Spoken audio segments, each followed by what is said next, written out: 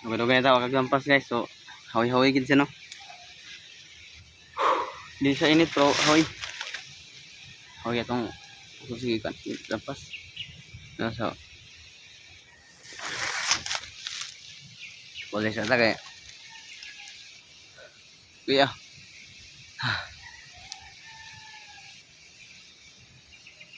Wala init guys. Wala init pero ganina starting na mo isanan pero malang pud kay ang akong galampason kontra abog kayo no, so mapan ta sa kondandong no, kay sa tinuod lang kanauna anan bang gitag lampas no kung sa init no,